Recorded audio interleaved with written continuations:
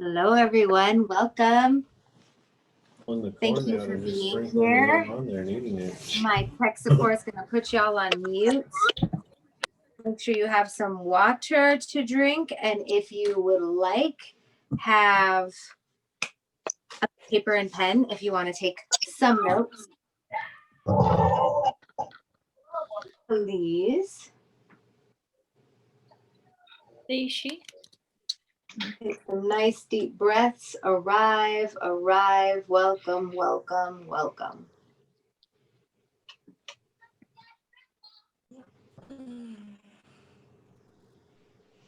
Okay. Thanks all for being here. It's really nice to see you. We had a fair amount of people sign up. I'm not sure how many people are going to make it. Hi, Mona. Hello, loves. Nice to see y'all. Okay, so I invite you all to go ahead and take a look at who you are with, who decided to come to this offering today. And if y'all are available, if you want, if you feel called, please unmute your cameras. Show your cameras so that we can all take a look at each other, so that we can look at each other. We are reclaiming intimacy. Part of intimacy is being present with one another. So please, as you come in. Hi, Lashonda. Thank you for being here. Hello, Brandy. Hi, Sabrina. Hi, Allie. Long time. Yay, Amaya. Oh, beautiful human. So nice to see you all. Francisca, hello. Hello, everyone. Thank you for coming. Thank you for coming here to hang out with me for this little bit of time in the Gregorian calendar. All right, take a look. Take a look. I'm going to wait a few more minutes for people to get here. While you're doing that, I'm going to give you a simple exercise, something that really helps me recently, and that's a simple breathe in for 5, breathe out for 5. Okay, so sit up. Allow yourself to connect. We're just going to wait for people, and we're going to breathe in for 5 and out for 5.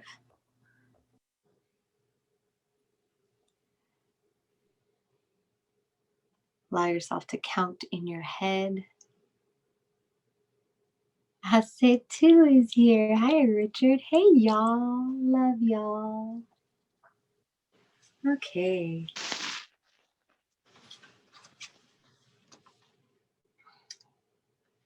And tech support, how long do you think we should wait? I would say wait for another 2 minutes. Okay, we're gonna wait for another 2 minutes. Keep breathing in for 5, out for 5. Make sure you have water and a notebook if you so choose.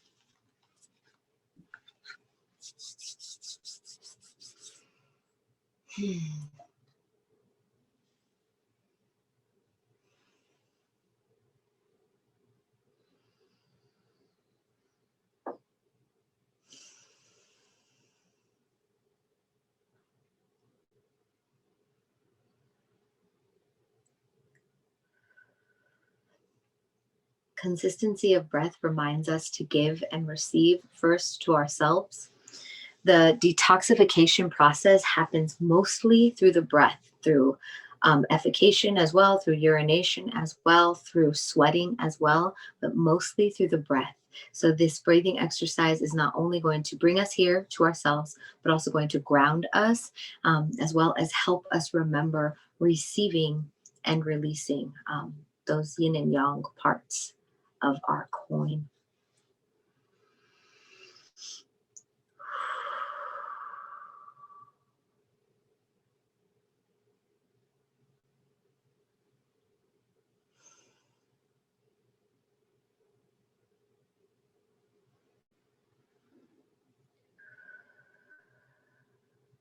All right.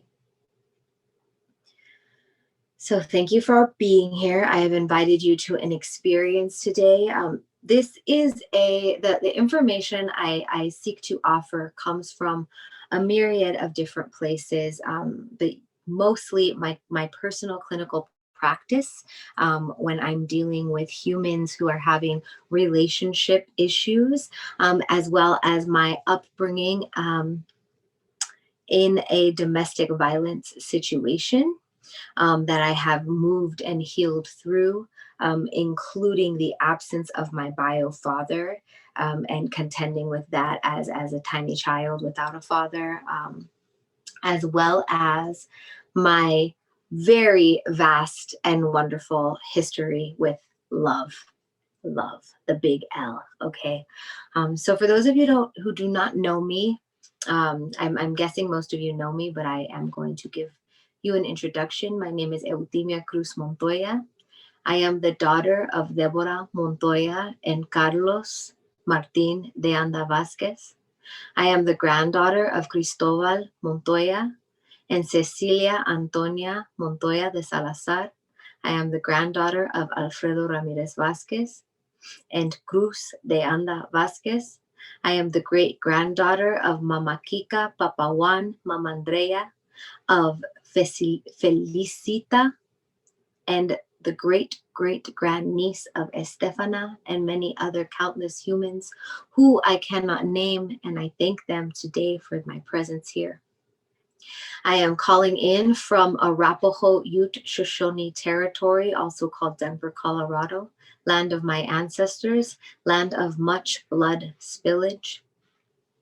And I ask that all of our cosmic ancestors, our cosmic relatives, our honorable ancestors, our winged beings and guides circle us in a protective, connective armor of truth, that we may call upon us our own truth, our own connection here now, that this be simply a reminder of what we already know inside as we move through this experience, this process together. I ask this to be a safe container for all of our explorations. I ask that we show up with our full selves, our brightness, our beauty, and our wounded on the same level, our woundedness, our pains on the same level, that we are able to commit to our healing, that we are able to show up for our own everything, that we may heal, that we may see, that we may continue loving ourselves first, loving everyone who we meet. I ask for the reminders in all of our dimensions, in all of our cross-connected cosmic realms of our interconnectedness.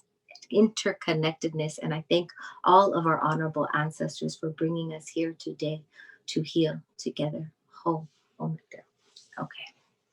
So first things first, we are going to do an exercise. So prepare yourselves, please. If you feel called, uncover. Let us see you. And I am going to invite you all, if you put on grid, on gallery view in your Zoom, you can see everybody who's in this call. I invite you to pick a person who you feel called to look at. You can just double click on their image and look at them. They will not know that you are looking at them. And when you do this, the instruction, if you choose to follow, is to just look at them. I ask you to notice things you like, things you dislike, things that you might judge, things that you are attracted to, things that draw you to this person, or anything else. So you are going to have 2 minutes to just be present and look at another human and gather a bunch of information about them. Moreover, feel what looking at someone and all of their things makes you feel inside your body. Okay, so please go ahead and start that now. Choose a somebody. If y'all are paired here, then the two of you can work together looking at a person. Yeah, go ahead, find somebody.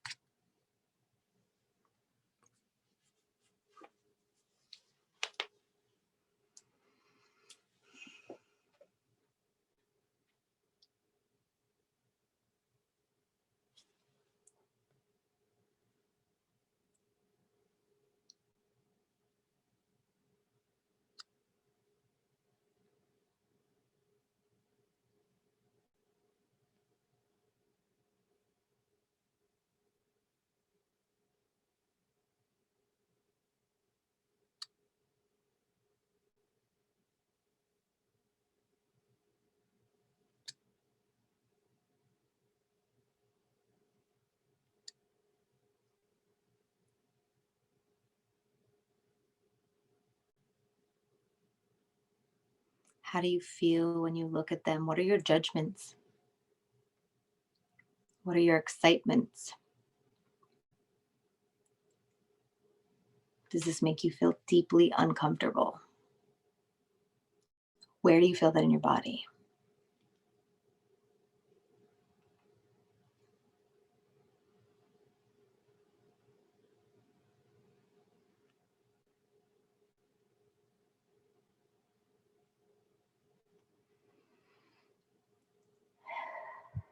And once you connect to what your judgments, what your potential attractions, what your thoughts are about this person, I want to ask you, where does that come from? Did your mom always say something about this particular type of person? Culturally, you have this belief. Just take a moment to introspect your reactions to this stranger, the potential stranger in front of you.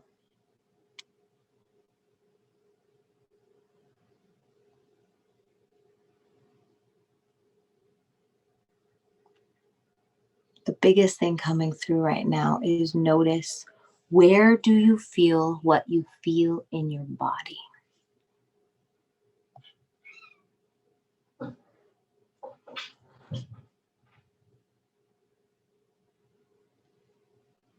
Okay. Go ahead and come back. Just notice, you're just noticing, you're witnessing. When we witness things, they shift.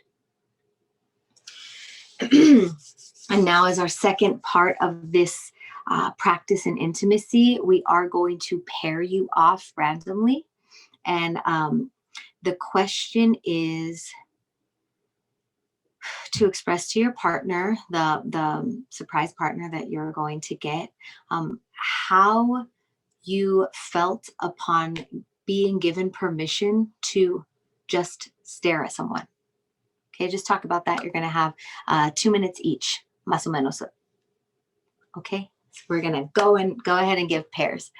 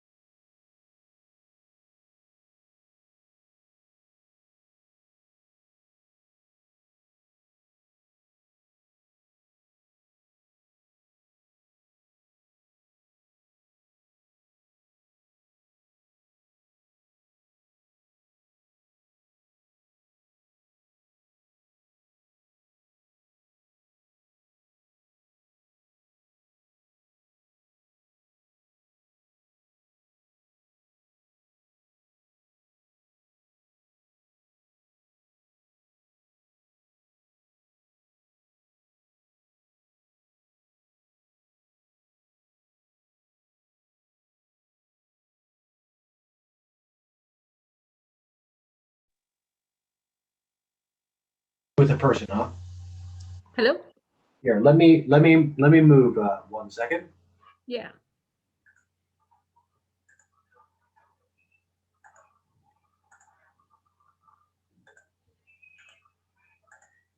Sorry, just changing because somebody left. So 1 second.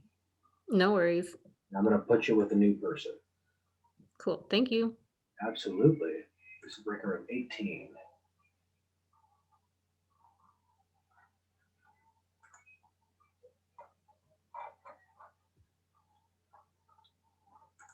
Oh, and now they're in. There we go. Let's see if they join us properly. Cool. Hi. Hi. All right, I'm gonna let you two talk, and you can fill her in if she doesn't know what's going on. Have fun. Okay, cool. Yeah, thank you.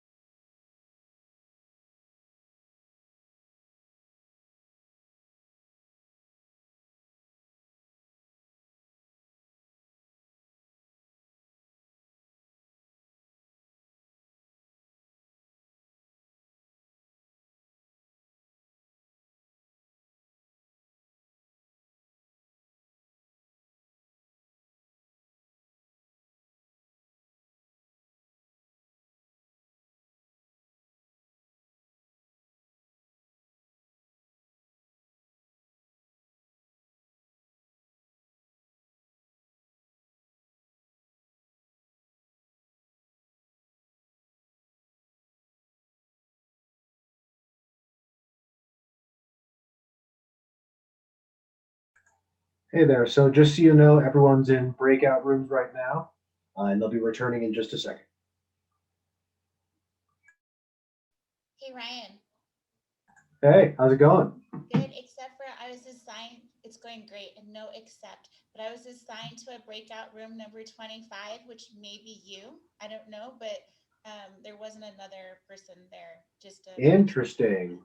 Ah, sorry about that. Looks like you're the only one that happened to. Can I move you to a new room? Is that okay if I move you to one now? Yeah, that's fine. Okay, let's see if I can do this.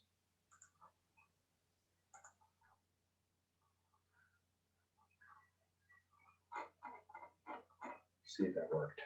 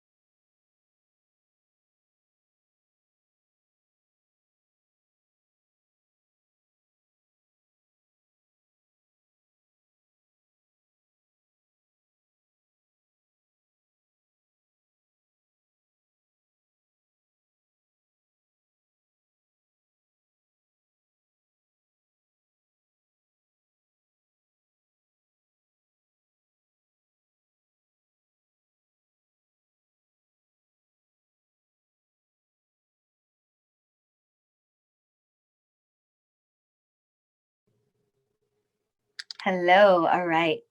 Welcome so much. Welcome so much. Thank you for participating in all of that. Hold on a second. It's doing something funny. There My you go. tech support is on it. All right. We're back. Okay, so we have a chat. Go ahead if you feel called and put in the chat the predominant emotion going through your body right now after that. I recognize that many of you are strangers, and talking to strangers is kind of a weird thing, and it's COVID times and it's crazy. So please go ahead and chat what you're feeling right now. Ooh, peace, love, warm. I love that. Vulnerable, calm, a buzzy excitement, confident, joy, relieved, joy, connectedness, calm, relaxed, and open. Orale.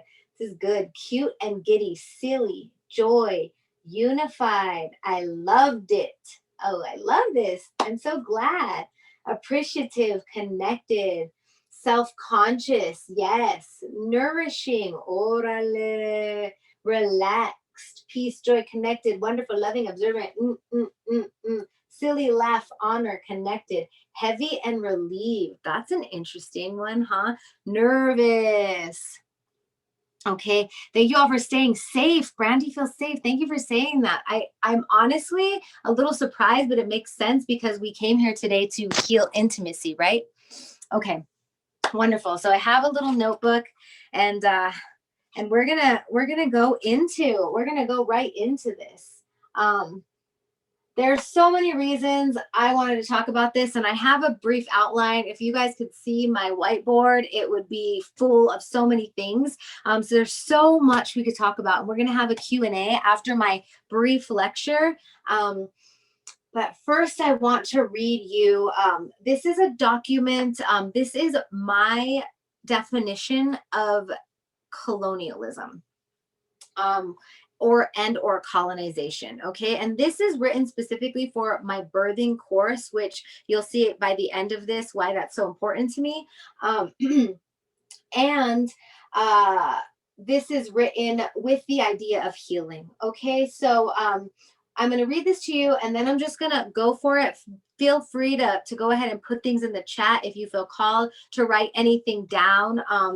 And I really hope this resonates with you. And more than anything, this is something I've been so called to share with everyone based on my experience as somebody who helps guide people to their highest truth. And it is no coincidence that I was listening to one of my teacher's podcasts, which I highly recommend to you. It's called The Sacred Donut. Nataline in Denver is one of our treasures of a curandera here, and she's one of my dearest spirit teachers. And her last podcast was all about relationships, which I think is great that I listened to that last night, coincidentally. Yeah, this is so important for us as humans who relate to everyone. This isn't just about romance, right? And Venus is with Jupiter right now. So Venus and Jupiter are like expanding our ability to connect. And in COVID times, this is super important. And in today's day and age, this is super important, our ability to connect. So this is about our ability to connect, okay? So here's my definition of colonialism, aka colonization. Colonization is the forced removal of our personal connection to self and spirit through violence, and the forced acceptance, again through violence, of an established dominant superpower and culture. In the case of Turtle Island, where I'm at, so-called America, this superpower shows up in white supremacist institutions of settler governance, medicine, education, market, and so forth. According to my work, decolonization is the reclamation of the connection to self and spirit through ancestral remembering and the decentering of said imposed dominant superpower and culture and the values precipitated therein by its dominance. Okay? It is our necessity at this time to recall our ancestry to us before the establishment and its impositions, to call our ancestral practices to us before the establishment and its impositions. And this is how we move toward collective healing and liberation. So let's talk about colonial violence. I want everyone to recognize here that when I speak of colonial violence, even though I do have indigenous American Turtle Island ancestry, as well as Spanish and French conquistador ancestry, I am speaking to the colonialism of ages and worlds and cultures around the world. I am speaking to dominant superpowers that have taken away our connections to our villages, our lands, our planta, our plant medicines, our regional ancestral foods, our ceremonies, our dances, everywhere since antiquity, okay? I am not just speaking to right here, right now in America that is still suffering from the atrocities of slavery and genocide on this tierra, on this land. I'm speaking to worldly genocides, okay? Because it is necessary for all of us, in order to heal, to recognize that we all have this colonial suppression in our bloods, and most of us, and I would argue every single one of us, even if it's a drop of rapist colonizer blood in your veins, also have colonizer propensities. Okay, we're gonna go more into this.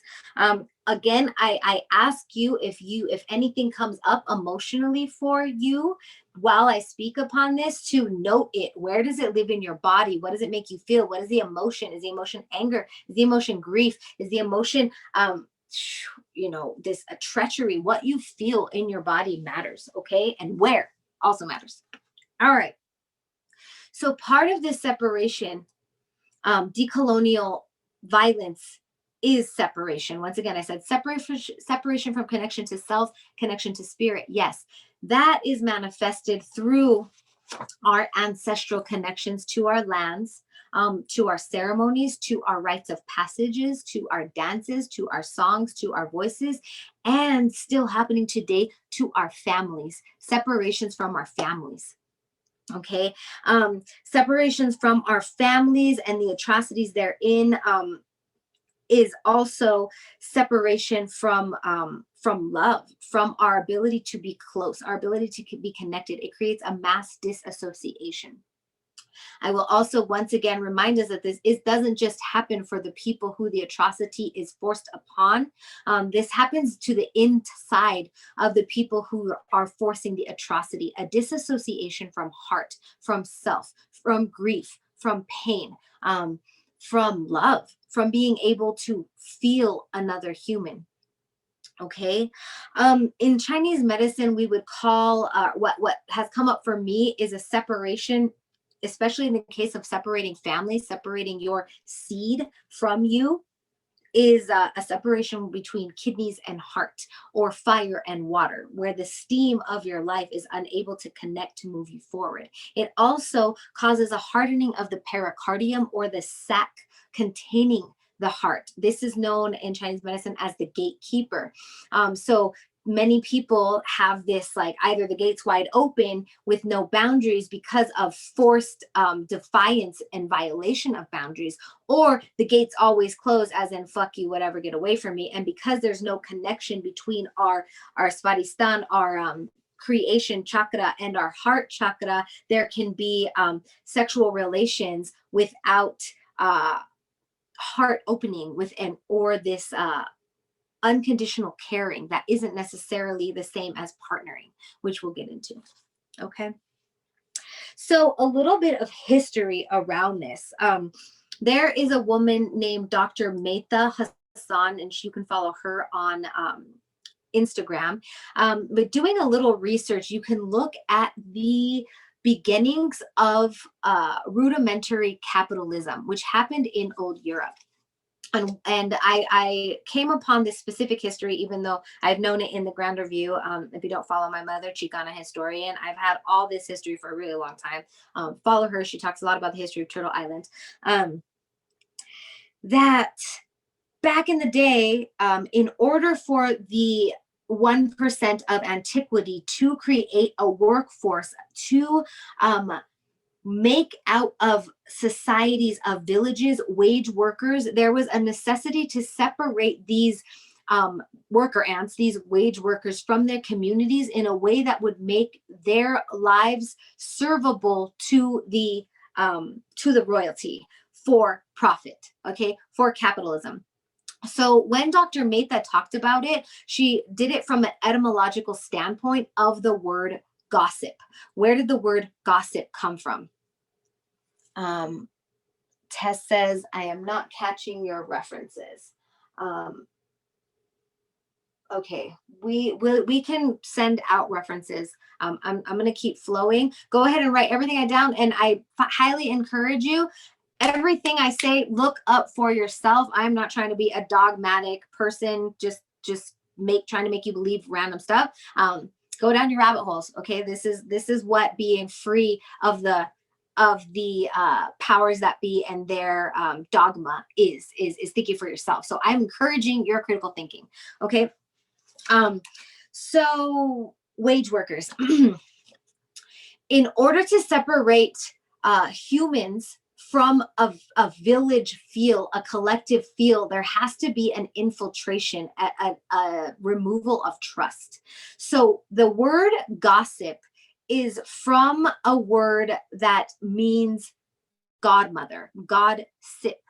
And what Dr. Mehta asserted is that in this time, when they were separating men to be wage workers, part of how they did that is attacking women's circles. So a godsip or a godmother would come to the side of young women, specifically birthing, in order to give them counsel. So the godmother was for counsel. So what they did is insert this idea of women or people who supported birthing people as being some kind of a moral outside of the moral compass, and created the word gossip as something negative, right? As connecting with your fellow birthers negative. Okay, so that's from the way antiquity Europe side. When we are looking at America and what happened here in America, taking away our villages and taking away our connections to each other, we are looking at genocide and slavery. We are looking at the separation of families. We are looking at receiving, not being able to receive your people in a loving way for the dominant narrative of control over resources. Okay, I hope, I know I can be kind of all over the place. There's so much in my head about this. What I'm trying to drive home here is the forced separation of ourselves from our loved ones for the purpose of capitalism. Okay.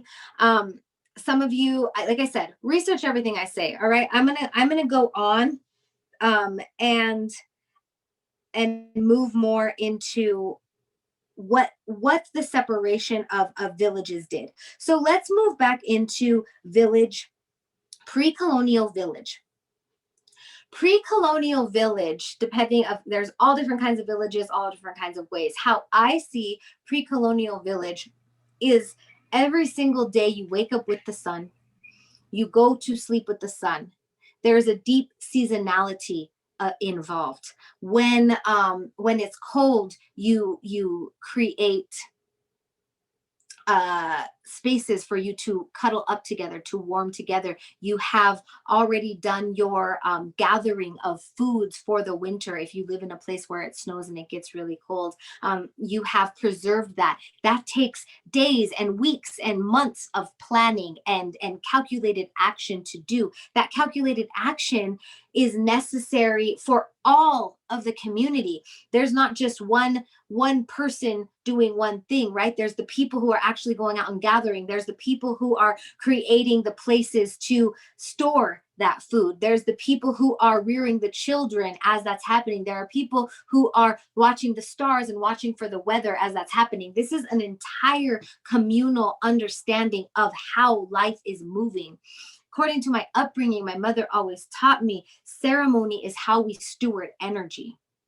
Okay, so as we are doing these life things, we are waking up with the sun, we are checking our temperatures, we're making our clothes so we're warm in the winter, we are lighting our fires, we are cooking our food, which those of you who do the really, really valuable invisible labor of being parents, of being stewards of the home, know that it's a full-time job, that you wake up and you have things to wash and you have things to cook, and then once you're done cooking, then you have to clean, and then you have to do it all over again if you're going to cook another meal. Okay, so yes, thank you for everything you're commenting. Valuing all the roles in the community is part of the village, right? But the understanding I want you to have is that this was not just work, this was life. Our connection was life, and life was our connection because we had to see the stars. We had to understand when the winds changed. We had to know to listen to our bodies because the deep connection to our intuition was inborn. It was within all of us, right? And of course, there were healers who you could go to, and there were people who specialized in certain things like astrology or hide work or metal work or medicine work. And yet all of us were familiar with all of these things and would honor all of these different works, all of these different pathways, all of these different ways to connect. Okay. So that in itself is connection. Now back to stewardship of ceremony. these ceremonies, for those of you who have been in different ceremonies, and maybe not often, or maybe some of you never have, or maybe specific ceremonies that aren't like necessarily indigenous ceremonies, but after a big gathering, there's just love, there's lightness, there's food that's shared, and the way your body, your mind, your spirit feels settled in that. Very, very powerful connective force when you are with people for a particular cause, for stewarding energy, whether that's a coming of age ceremony, for instance, a bar or bat mitzvah, right? Whether that's a union ceremony, for instance, a marriage, whether that's a birthday. Okay, this is such a big reason why sports are so big right here, right now in America, because it's one of the only ways in America we are still allowed to partake in ritual, in ceremony. Now, that being said, many of us have our own rituals, like brushing your teeth, like washing your face, that make you feel connected to yourself. Okay, so all of these connective forces, including the birth ceremony, the postpartum ceremony, the ceremonies that would take place when big kills happened for the village, when you had meat to sustain you for months, there was ceremonies involved in that, and there was always a connection to the higher power, to the great, in every tradition across the board, that kept us in connection. Now colonialism comes and said, no, you can't do your hunting. You can't follow the animals at all. I attribute that to so much of the death outside of the genocide that happened to our peoples upon settler colonialism, was the inability to connect with the land. You can no longer use your plant medicines and heal yourself of infectious diseases, especially brought by foreigners, right? You can no longer eat your ancestral foods. Instead, you're given God knows what. Yes, like the Lakota Buffalo relationship. And this is for all earth-based humans. Okay, yeah, it's really upsetting. I'm sorry to upset you. This is context, okay? Because of the work that I do, I have to relate context to you so we can understand what we're working with, okay? This, if anything, this relates to love and relationships, okay? So we lose general connection. Now, with those ceremonies, there are your people who are your stewards of ceremonies, your sacred people, your holy people, right? There are the siblingships, the brotherhood, the sisterhood, etc., that you create in these places. There's the hunting relationship, right? That life or death. There are so many other relationships involved in these ceremonies. In our indigenous ancestries, the children were with the elders. Okay, because the middle-aged folks, like probably most of us, we're out, hunting. We were making housing, we were making clothing, we were cooking, we were chopping wood, we were bringing water, we were doing all these things for the strong, able-bodied people, and the children are learning with the elders. So these elders and children, who are both on the other sides of close to source, are raising each other, are helping each other, are growing with each other, are mutually beneficial to one another. And these grandparents weren't necessarily blood related. That with the saying, it takes a village, it really does take a village, but it takes everybody else too. It takes there wasn't just this two people raised this one child. There was so many different people to add to this this bouquet of human offerings that were interplaying consistently and constantly during these village times. So bring in the feudal lords, bring in the people who want to profit off the resources in any day and age, and they literally come in and say, no more communing for you. Period. Now you pray to our God, you work in our fields for our profits, you pay our taxes, you own nothing, and you belong to us. And if we find you practicing your traditions, we murder you. Okay. If we find you loving outside of our prescribed mechanism, you're dead, or you're hurt, or we're taking this away from you. We're taking away from you what you have. Now with the spirituality, with the song medicine, with the visionary medicine, yes, that is why you have visceral rage. This shit is ancestral. Okay, the rage exists. Sorry, I'm reading the chat at the same time. So we take away, now I lost my train of thought, and I'm sorry about that. We take away all of these ways of connecting, and now you have a church, a Christian church, promulgating a Christian belief system, who are working for the feudal lords. Okay, the church is also capitalistic. Okay, I'm sorry I missed that last comment.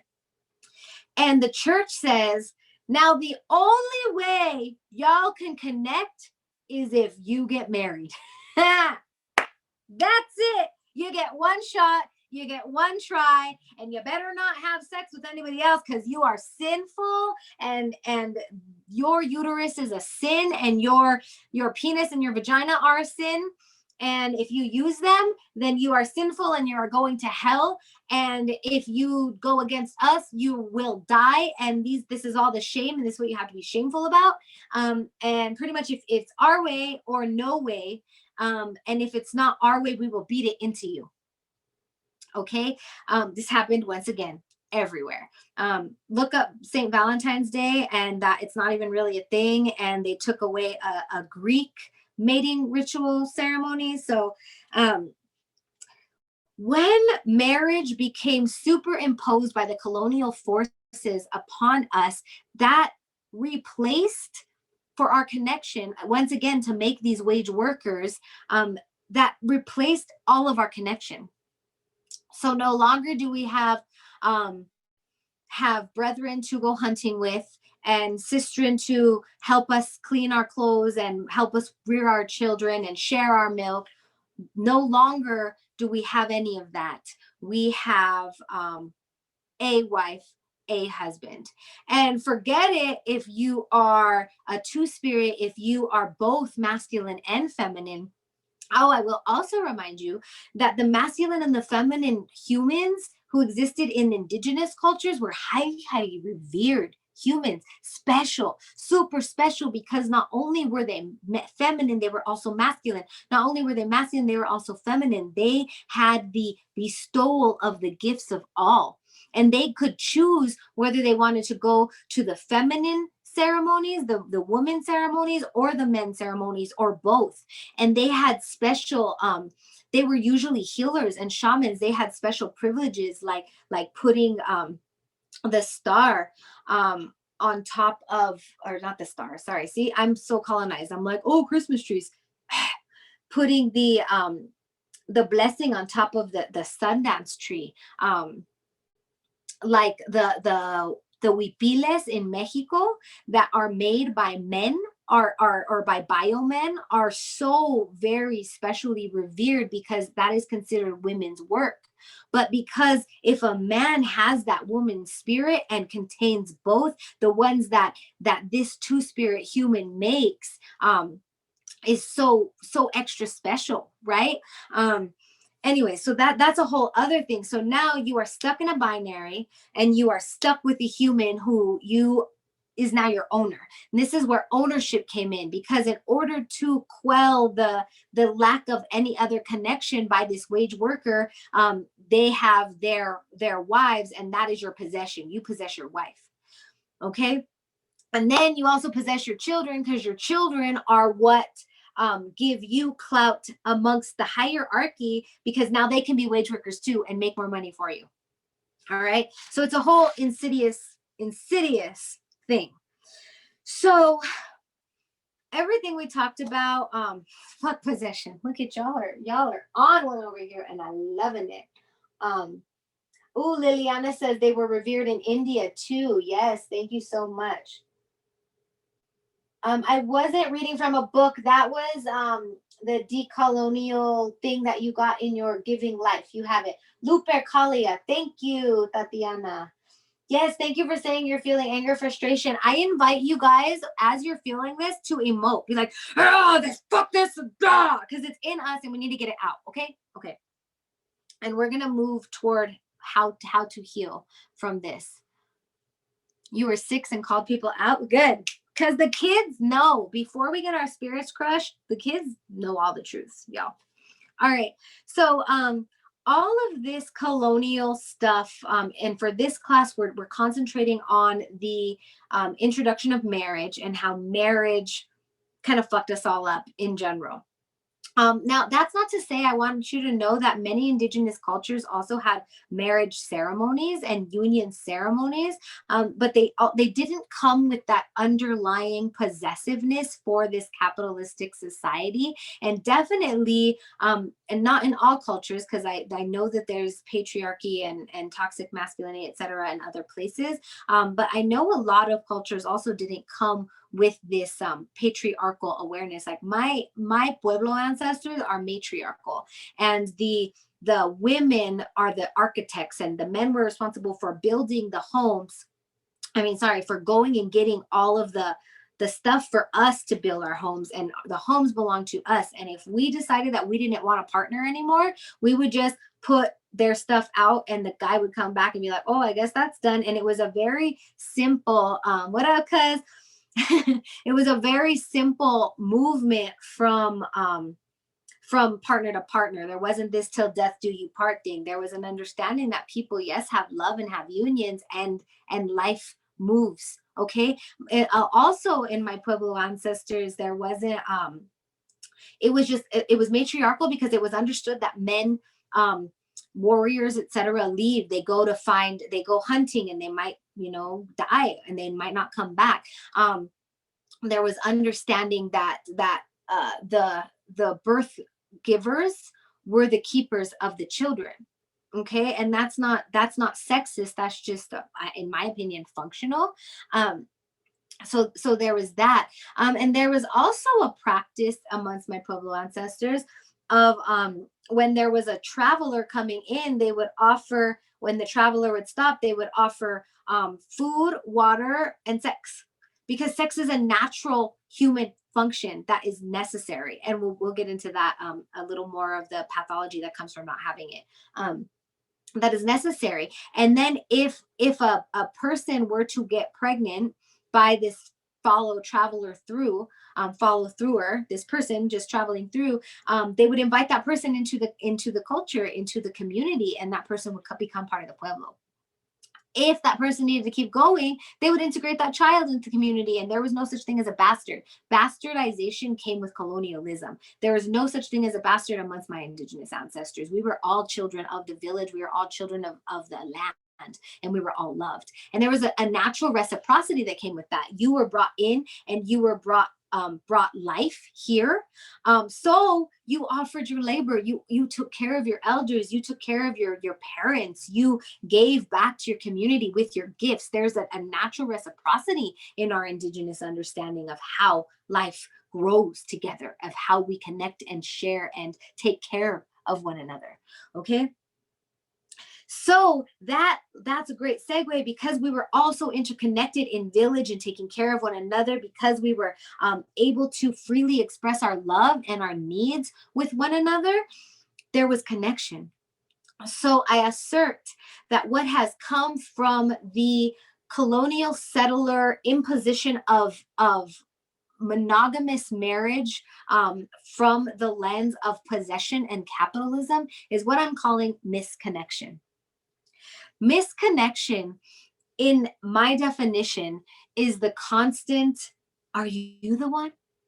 Are you the one? Are you the one? Because the only way that they have packaged to us that we can get our emotional, our spiritual, our love, our connective needs for self and spirit met is through a marriage that serves the patriarchy. Does that make sense? Hope y'all still with me. And the ones who aren't, left, and they'll get it one day, or maybe they won't. It's fine. Okay.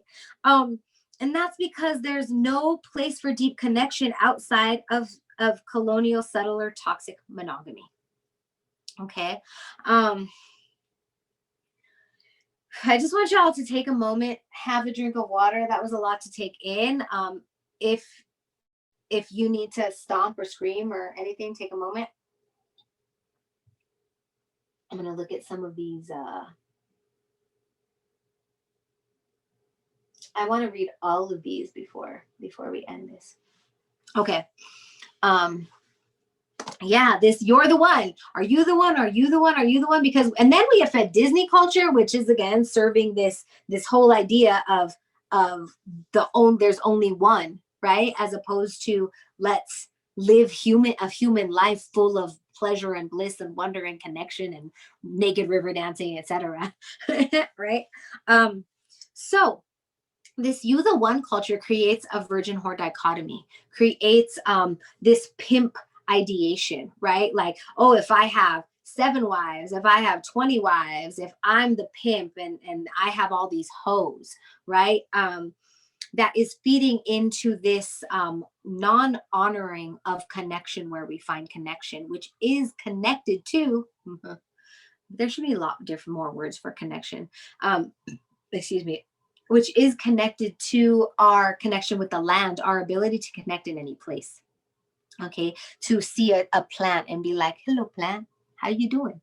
Oh, you're beautiful. Thank you for that smell. Okay, this is all places where we find connection.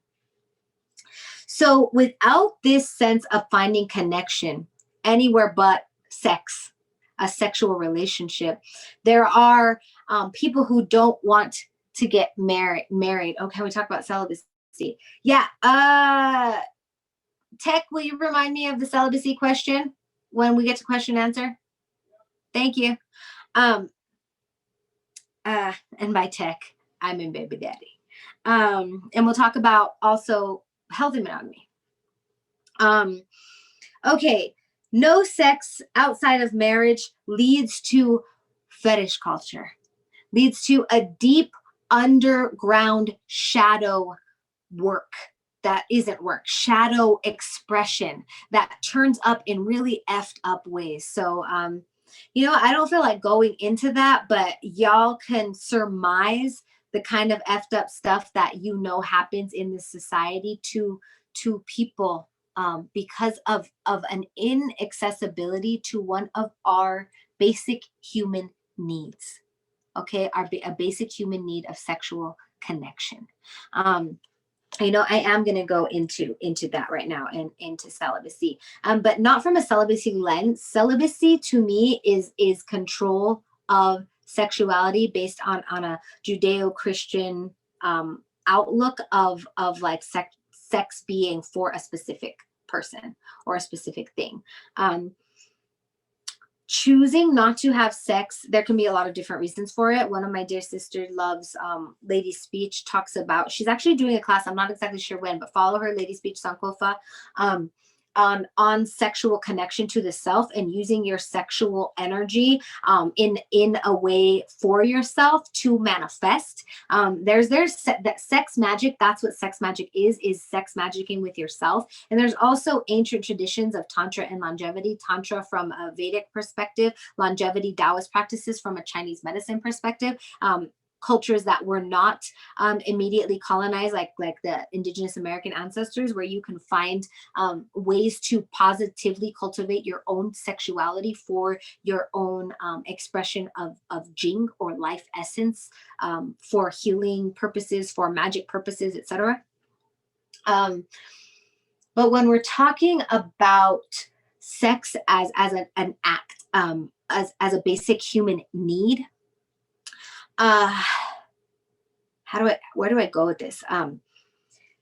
Our heart center is connected to our womb center, and they have to be in constant communication in order to for us to be in full health. This is something I talk about in the birthing class as well as in my moon time medicine class.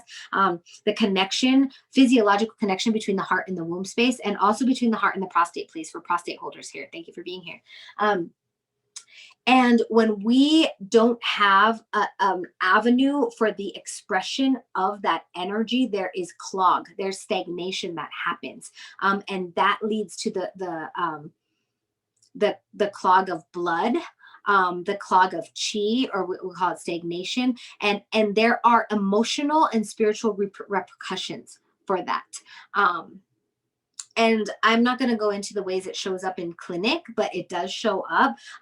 So when we are speaking celibacy, I really want you to question yourself. Why? What is the reason for that celibacy? And where did you get that reasoning? Where did it come from? Whose belief systems and under what circumstances were these belief systems brought unto you? Okay. All right. So there's no space to explore all sides of ourselves. So virgin her dichotomy, all kinds of capitalism run sexual exploitation things that happen, again, serving capitalism. Because if we were all just allowed to explore who we are with other people as humans who want connection, the sex industry would probably be dead. Okay. Yeah. And sex is very spiritual. Sex is very sacred because sex creates life. Okay. Sex creates life. That's the original purpose of creation.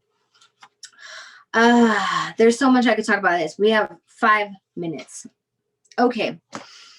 So, we're going to have a question and answer. I want to talk a little bit about healing this. Okay, healing this, because that's why we're here. We're here to heal, right? I think the first thing in healing is just to recognize that our walls, our self-judgments, our, oh, what a hoe that bee is, or oh, what a slut that guy is a disconnection from our own ability to freely share our connection. Okay, freely share our ability to connect with humans, with humanity, with ourselves. And the great, because for those of you who have had spiritually engaged sex, it is very much so also a connection with spirit. Yeah. Okay, so these are in no specific order, but we're gonna. I ask you to start in healing yourself of all of our colonial imposed violence. Start asking yourself constantly, where is this judgment coming from? Can I have intimacy with this human without asking myself, are you the one? Or if I am asking myself, are you the one, recognizing it's coming from Cinderella culture. Okay. I was doing that. You know, I'm guilty because I am an American human, post-colonial mutt raised in this capitalistic culture society, which is why I'm so impassioned about this. Cause I'm like, fuck that. Right. Allow intimacy outside of sex. Allow intimacy outside of sex. So that's why we did that first connection. It is intimate to touch somebody on the hand. It is intimate to ask deep questions about people's lives and listen truthfully. It is intimate to stare into each other's eyes. It is intimate to breastfeed. It is intimate to hug your babies. It is intimate to be naked with people without trying to fuck them. Okay. There are so many ways of intimacy that have nothing to do with genitalia. Okay. That's number one. And while speaking of genitalia, something that's coming to me to say right now, my sister, comadre maestra Nataline, who I spoke about earlier, I learned from her, and it struck me so huge that one of the things we could do to stop the sexual exploitation of children out the door is to teach them the functions of their genitalia, to show them that their clitoris stimulated feels nice, to show them that their penis stimulated feels nice, so they understand the power of their sexual organs, so that there is not an ability of manipulation of a misconnected sexual predator to help to make them believe something else. Right? If we just taught kids from the get-go the power of their sexual energy and consent, and y'all know about consent, that would help all of us so much. Okay. Knowing our history, right? All the history I just gave you. So that was like the dark side, but also know our resilience. We can still go outside and connect to trees. We can still have a garden and connect to plants. We can still have a deeply intimate friend circle where we talk about our pain, talk about our sex. We can have friends with benefits and call it that and be honest. Okay. So that's the next thing. Honesty of our wounding in our relationships. Honesty of where we're at, honesty of understanding our context, our colonial imposition context, okay? Honesty and understanding that we come from domestic violence backgrounds, that we come from sexual abuse backgrounds, that we had our childhood taken too soon, and really meeting people in a place of, this is my human existence and experience, and it mirrors yours. So also, y'all, listen to that Sacred Donut. The last episode that I said I listened to yesterday was about mirroring. That when we call people in relationships unto us, it is because there is an equal or like wound that will show us who we are. So when we are in intimate relationship with humans, whether it's sexual or not, we are showing people constantly who we are. And they're showing us who we are, so that we can learn ourselves through our wounding. And when we get pissed off, when we get upset, when we're like, oh my God, you just are you like that other chick and you're going to leave me? Who abandoned me? Why do I feel like you're going to leave me? Because I've been abandoned before. It's deep contextual honesty here that is going to help us hold each other, which is intimacy. It's vulnerability and intimacy growing in the direction of healing when we allow ourselves to be truthful of our own pain places based on our own lives and our ancestral histories. Okay? A really easy way, I invite you all to start practicing consensual, non-sexual touch. Okay, when you're with somebody who, like a deep friend, somebody who you love, like, hey, you want to cuddle? Is it okay if I hold your hand? Is it okay if I touch your foot with my foot?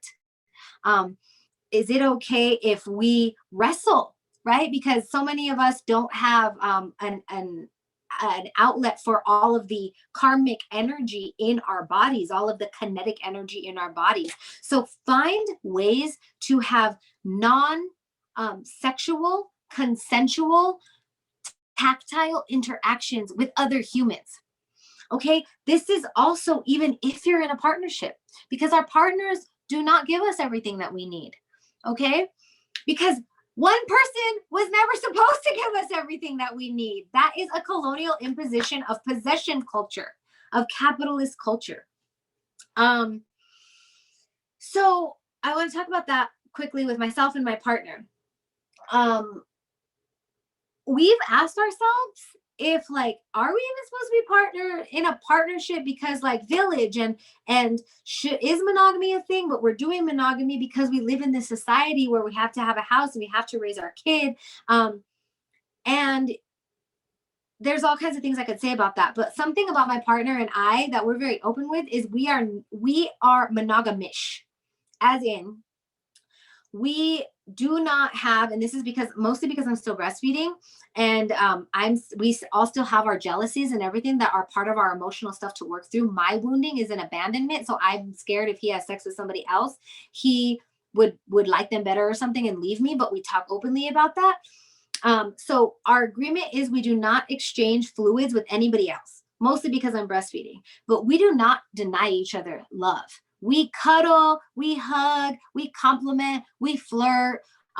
We give ourselves and each other permission to express our affinity, to express our attraction. And sometimes we're like, wow, did you see that person? I love that person. And we have like mutual crushes.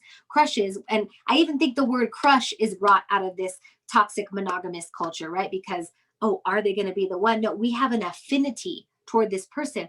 Maybe if anyone you have an affinity toward is somebody who's going to show you something about your passions, about what you love to do, is somebody who's going to bring you closer to God, is somebody, God, whatever God is, if God is plants for you, if God is animal love for you, somebody who shares a mutual interest, who can grow you in that direction.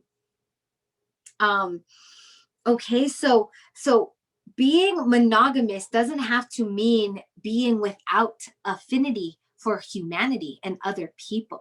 That's possession culture. Okay. Another way of healing, reclaim ceremony. this is happening a lot lately, and you'll find your teachers, and there's a whole other class about how that looks sustainable and non-appropriative, etc. But coming back to the stewarding of energy with other folks for a shared intention to meet the great most high is a whole other ballgame of connection that all of our ancestors had, that we are bereft of and put in a middleman. This is your priest who's going to show you God. This is your church that's going to show you God. And some of us are lucky enough to have that connection with God, whatever we call them, whether that's Jesus or Yahweh or Tonkashila or Tonansin or Tonatiu, right? All of these different ways of connection with God. So finding ceremony in whatever way you find it, do that, because that's going to connect you on a greater level with yourself and with others that the society today, based on this colonial patriarchy capitalism, doesn't let us. Big one, connect to nature, y'all. All of the ancient medicines, the reason why the ancient medicine works is because it is in complete alignment with natural rhythms, with the Tao. All of these old sophists who wrote all these big old books in Chinese medicine were observing nature 24/7 and tasting plants and connecting with plants, and a mixture of divine intervention and self-observation and self-study and other studies. So connecting with nature, with the clouds, with the lightning, with the storms, with the bugs, and observing is going to give you a sense of belonging and understanding the patterns of life that is necessary for our full optimal expression of connectedness, of intimacy with ourselves in the world. Okay. Decenter the colonial capitalist patriarchy. So question that shit always. Like, oh, Valentine's Day, let's question that. Is that centering capitalism? Hell yeah.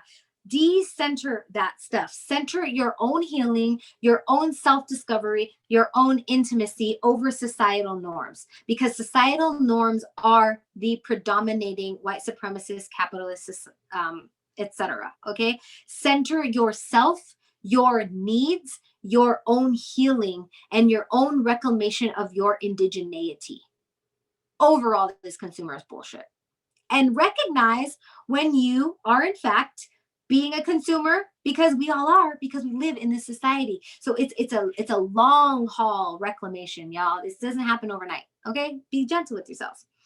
And last but certainly not least, and this is my big passion, is reclaim birth. Reclaim birth. Reclaim sacred sex to go into birth, and reclaim birth. I want to also add that all of these sexual practices can be done for all gender expressions, and I encourage them for all gender expressions, and I encourage birthing reclamation for all gender and sexual expressions, because birth is life, and us having power over our own bodies, and the ceremony, which is the very first ceremony, birth is the first ceremony, is what's going to bring us and all of the next generations away from the damage caused by colonial settler violence and back to powerful self. Okay, back to the connection from here out to self.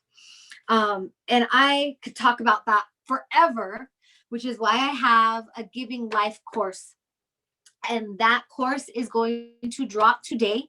And it is for the purpose of reclaiming our birth ceremonies and connecting us. Oh, my tech is sharing. Here's my Giving Life course, connecting us back to our own power in our birthing portal. Okay. There is a class for women in all gender expressions and sexual orientations.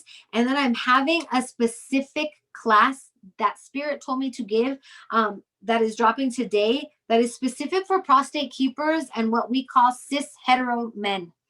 Okay, and the reason it's specific to cis hetero men is because in this society, there are no places for men to go and heal.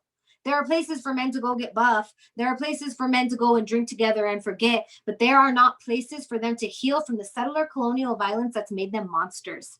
Okay, that's made us all internalize the toxic masculine within us that we call other people hoes and other people sluts, and we praise people's virginity because we act like that's some kind of merit based in possession. So I am, my team, myself, and my passionate ass is giving a birthing class for men specifically. And there's another birthing class for women and all gender expressions. I do my best to be non-heteronormative and also stay true to the calling within. And I'm always open to learning. So if y'all feel called, please share that. Help support me, help support my family, help support this mission to bring back this connection, bring back our primal innate connection to ourselves, our children, our ancestors, and our unborn. So there will be time for question and answer, but I'm going to go ahead and close out this circle right now. My website is live with this Giving Life course. If you feel called to go and support me and change your life, do that, share it wide. I really, really appreciate y'all coming to this today. Thank you so much for letting me be my self. I've been fighting my whole life to be myself. And I feel honored to be presenting this to you with all of your ancestors, your honorable ancestors. Great Spirit, thank you. Thank you for each and every human that came here today. Thank you for all of their passion and curiosity. Thank you for their open minds and open hearts. Great Spirit, thank you for all of the honorable ancestors present here today. Thank you for all of the work we've done in this unseen realm as we've gathered here today. I ask that we go with open spirits to the next phase of our decolonial liberation. I ask that we all leave here with hope in our own truth and a conviction in our own deep understanding of what's true in our guts. I ask, Great Spirit, that we begin to unravel and untether ourselves from all of the lies we've been told as we've been raised in this settler colonial world. Great Spirit, I ask that all of our ancestors are called to healing with us today, regardless of the pain that they endured, regardless of the pain that they acted upon others. I ask that we all heal together. Great Spirit, I ask that every single person here is able to come away from this connective experience with a new knowing of themselves and a new curiosity in their own connection space toward our collective liberation, toward our healing, and toward our great expansive joy, bliss, love, connection. Ometeo, all my relations. Thank you all for being here. Thank you so much for being here. Please follow, please connect however you want. Be here, be now, be you, and I honor you. Now for question and answer. Let's see what we got going on. I'm sure we have so many different questions and answers.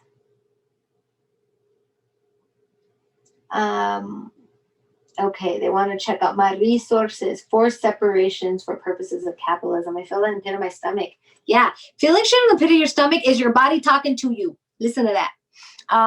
The word education, I can't remember the exact etymology now, but it really means remembering what you already know. It's like being reminded of what you already know. It's not about learning new stuff. We are all knowing. We are all being. Just our ego forgets and our traumas inhibit. But we are all knowing and all understanding. Okay. My Comanche family was almost killed off when could no longer be nomadic. Yes, that's real. I also have Comanche ancestors, and that's real. A lot of them fled to a lot of different places. So my Comanche ancestors come from both New Mexico area and the southern Texas area. I don't know what you're talking about. You're describing my personal fantasy. Maybe that's why I have a visceral rage Christianity. Yep, anger, frustration. Oh my goodness. I don't know about the bloody carcasses. F that. Fuck possession. Just cringe remembering my grandmother referred to Lupe la de Lisandro. Yeah, right? I mean, somebody referred to her grandmother as belonging to her grandfather. You got a question? How do you remove the blockages between the heart and the womb? Ah, thank you for that question. Thanks. I'm all up in. He's such a good manager. How to remove the blockages from the heart and the womb. So I'd say meditation. I've done clinical meditations where we actually connect. Now, I find it very interesting that the center chakra between the heart chakra and the womb chakra is the solar plexus, which is the power center. So bringing back our power. So many of us are disconnected to our solar plexus, the will center in Ayurvedic tradition. The will center. And I've been thinking about it a lot lately because, of course, I'm a 37-year-old woman. I'm still decolonizing and healing my own internalized colonialism. But as I've been on this cleanse, or I'm off the cleanse now, but as I was on the cleanse, I was noticing that my tripas, my intestines would feel inflamed. And when I would notice it, I would notice that I was holding in. And as a female-bodied human raised in this society of virgin whore dichotomy, trying to be all beautiful and shit, I'm constantly like, women are constantly going around like, and that shit is not good for our intestines. And so I've been making a really strong practice recently of just letting my belly be full and be big and be out. Anyways, that said, that affects our power chakra of not being able to speak our truth, okay? Of not being able to stand in our truth, our reality, our creativity, because somebody's like, oh, don't be too loud and don't be too pretty and don't be too ugly and don't be too fat and don't be too skinny and all the things, right? You're not going to find a husband like that. How many of y'all got told that? I got told shit like that. So speaking your truth, speaking your power, Chinese medicine is great for that. That's how I learned about that. Practicing Tantra, that, like finding a partner who you really trust and can open up with is super powerful in your healing your womb space and your heart space. When I met my partner, who is such a beautiful human, there was a lot of healing that happened for me of childhood trauma while we were having sex. And it looked like me like getting triggered and he would notice and then just let me fucking cry because I was open. Like I feel like I never felt safe to open so much until I met him. Ready to read you another question? Yeah. How can we communicate desires and expectations of sexual intimacy with someone with different touch style, like gentle versus rough? This sounds simple. You just have to be honest. Like I'm of the opinion, and it's hard. Like when you start living in your truth, you'll lose people. And I know that's hard to hear. But I think it's a really potent time right now. Like we are literally in the age of Aquarius right now, and Aquarius is the truth speaker and truth seeker. That when we are not being honest with ourselves, we are denying not only ourselves of what we really need, but the other person of the chance to heal and grow. So we're denying everyone of the chance to grow when we are not honest. So I would say be as honest as you can with whoever you're with. And if they are unable to meet you in your honesty and at least try to work things out with you, they are not good for you anyway. That's my opinion. When I found my partner, I was very honest from the gate. I was done with people who, I wanted a family. I wanted a child. Honestly, I wanted a child. I was already 32 when I met my partner and I was like, I want a baby. So I was just like, I had 3 or 4 humans come into my field as potential sexual romantic partners before I met my partner, where I was like, hey, I want a family and I want a partnership. So, and they were like, oh, I can't do that. So being honest up front is going to save you a lot of heartache in the long term, because your truth is still going to be your truth, whether you're denying it or not. Are you going to do it now and save the 3, 5, 10 years, 20 years of lying to yourself? Yeah, no, that's my answer. What happens when you feel connected to your own sexuality, but sensitive when it comes to expressing it or sharing it with others? How do you heal that sensitivity? for whoever asked that question, that's going to be very personal to you, and it's a very great, it's beautiful that you do have that connection already, because so many of us don't. So many of us don't know how to connect to our own sexuality because of everything we spoke about in this lecture. So I would first and foremost go into your sexual space and ask, how do I connect to others in a sense, in a way that honors my sensitivity? But also just being very honest when you get another partner, be like, yo, this is where I'm sensitive and I need you to be mindful of my needs in my sexual space. So when it comes to healing, y'all, healing begins with witnessing. Healing begins with honoring.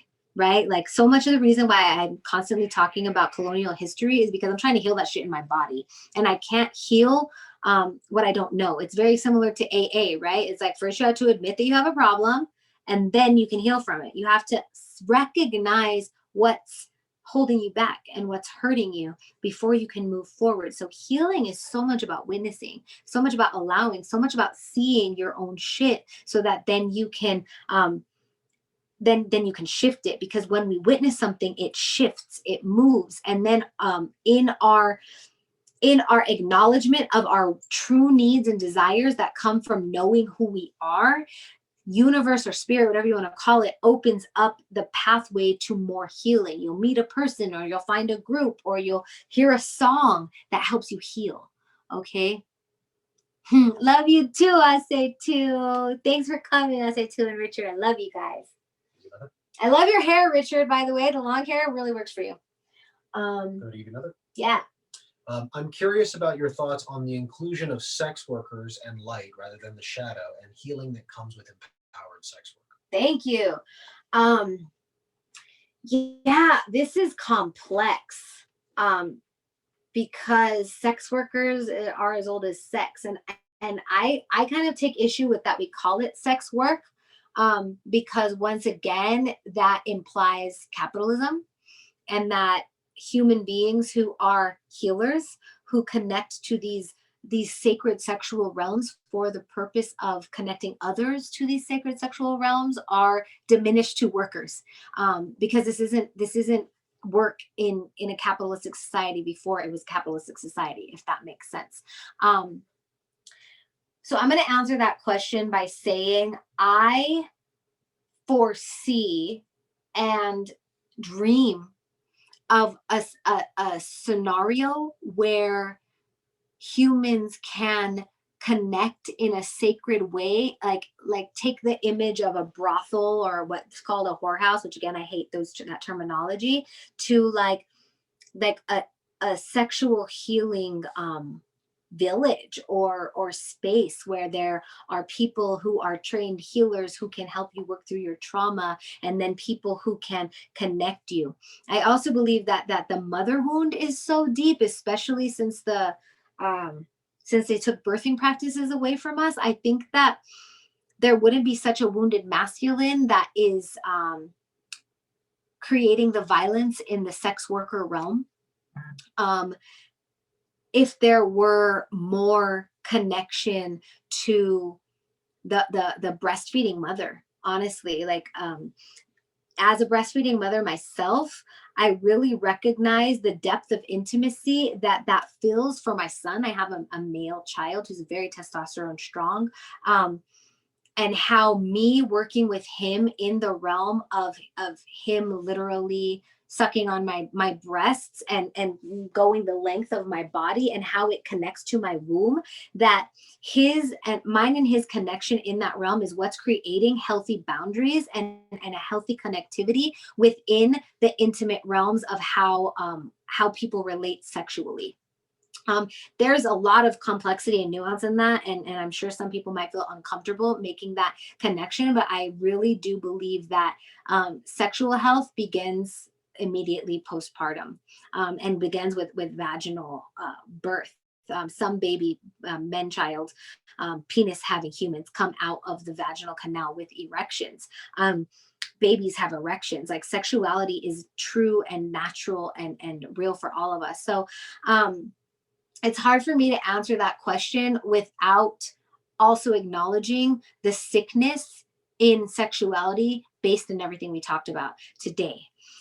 So there's no easy answer, but I do believe that humans who have the don or the path, the karmic calling to be sexual healers are very, very sacred and in fact healers. The disconnect is the humans consuming that industry and their unhealedness. So I don't think I could really answer that question exactly, but those are my feelings about it. There are several questions and comments from before about healing, about attachment styles and how you heal them. Do you know anything about attachment styles? I'm not super familiar. Our friend Par read that book. There's a book going around about attachment styles. I don't have that lens about attachment styles. But for me, so much of it comes down to just being really honest with yourself and your wounding and your needs. So just because needs come from wounding doesn't mean they aren't needs, right? So like bringing it back to myself, like I don't want him sleeping with anybody else right now because I'm jealous. And that brings up my abandonment issues. I don't know the name of that book, but look it up. It's kind of a hot topic, the attachment styles book. If somebody else has the name of that book, please put it in the chat. And I do believe like part of what I want to do in my life is heal from that abandonment wound so that I can let go enough to allow this beautiful human who's such a good, wonderful, loving human to also love other people and share that. But right now, I need him to not, because that's where I'm at. Okay. And that's what works for our relationship. And we have open conversations about that. So for me, it's all about understanding your needs, your boundaries, and where those needs and boundaries are coming from. If they're coming from a wounded place that you're actively seeking to heal, or if they're coming from a wounded place that's just how I am. There's a difference there. So I hope that was helpful. Final question here. Okay, final question, y'all. How do you move from the witnessing of your own shit to the actual embodying of the healing? Well, according to my teacher Nataline from the podcast last night, the witnessing is the embodiment of the healing. And then praying, like I know praying is weird and contentious, but all of our ancestors had connections to the higher realm. So when we live a spiritual path, we can literally ask our guides, our ancestors, the cosmic relatives, the star people for help. And there are spiritual people who can do processes or guided meditations of sorts to help unwind all of that. But prayers must also be met with actions. So if we're calling healing unto ourselves, then and we get the hit, like you have to leave that relationship, don't stay in that relationship, you have to leave that relationship. But that's going to be hard because you have kids, because you have a shared bank account, right? But you have to follow the yes in your body. And when you recognize where it is in your body, you can use massages, you can emotions get stuck in our bodies, so you have to emote that. You can't just keep pushing it down.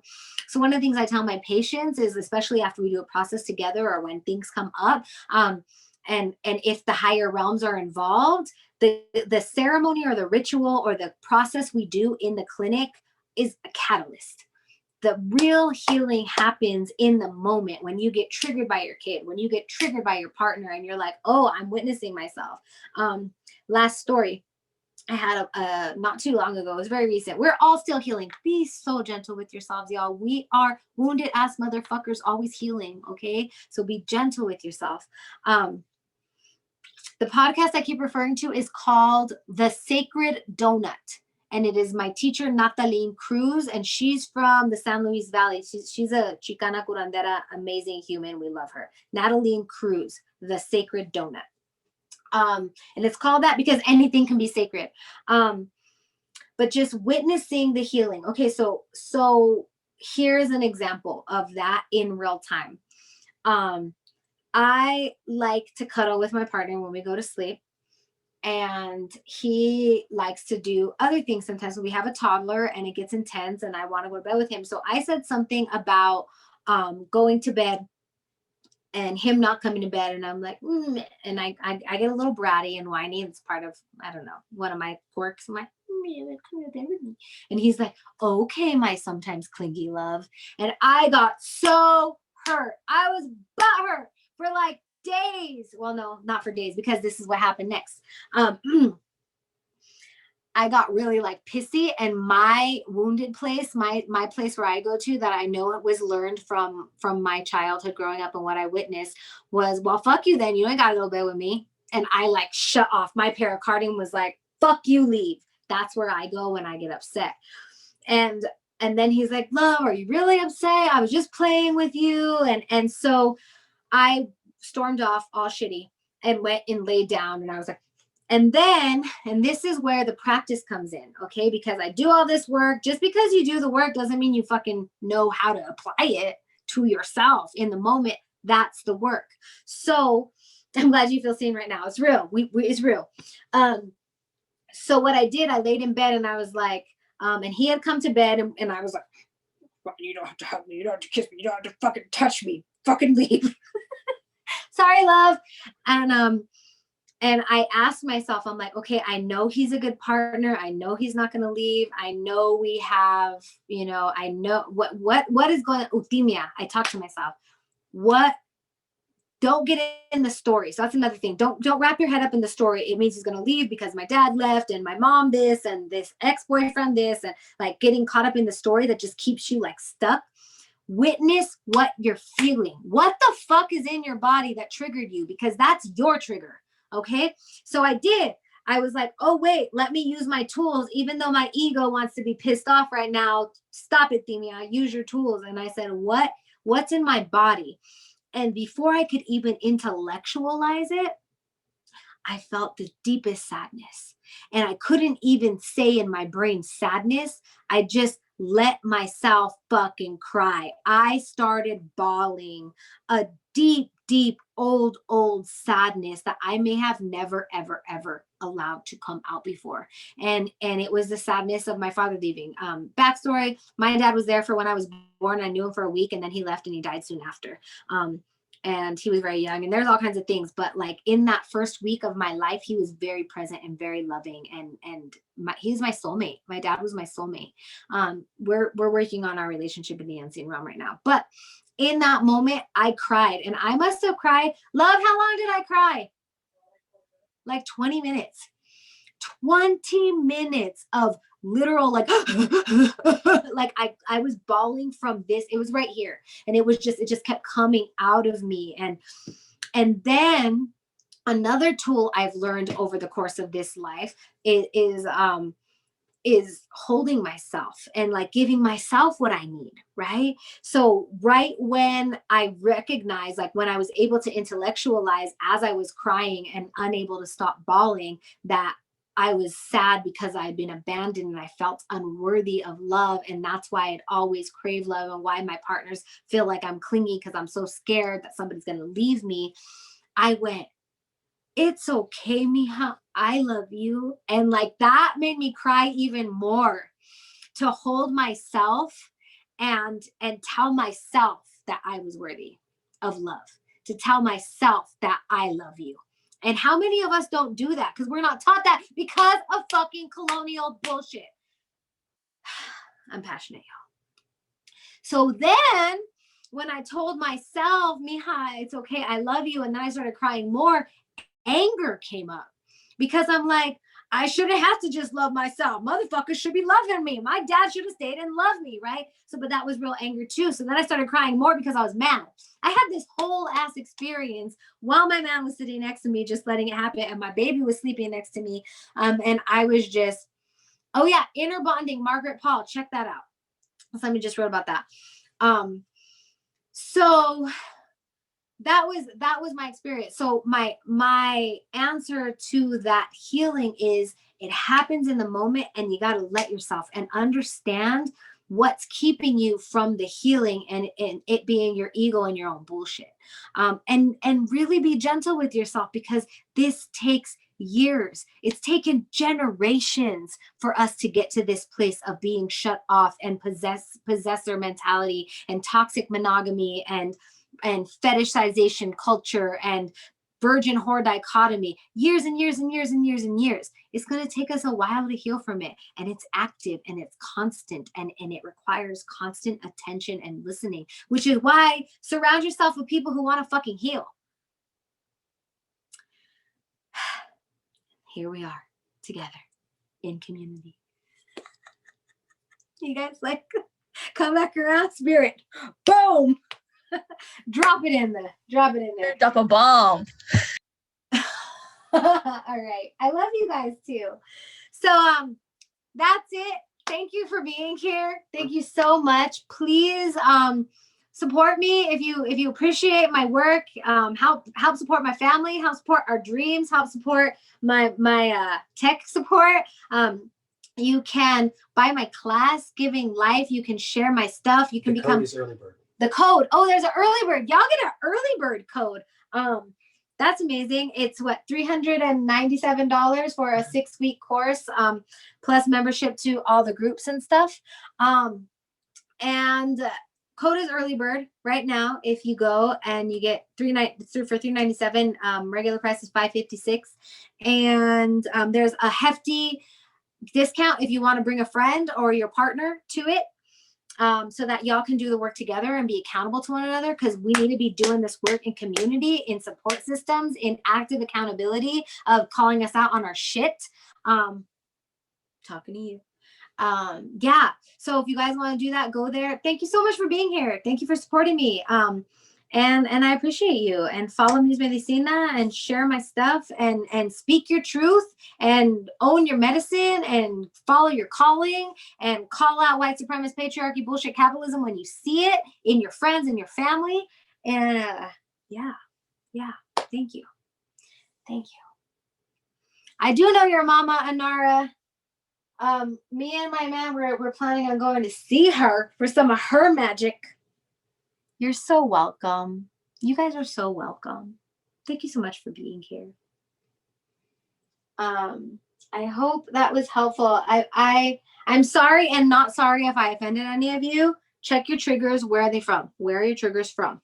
And if I'm not your cup of tea, cool. Go find your cup of tea. Be real with you. Be honest with yourself. My love, will you please leave the chat up so I can read all of this and make notes and stuff?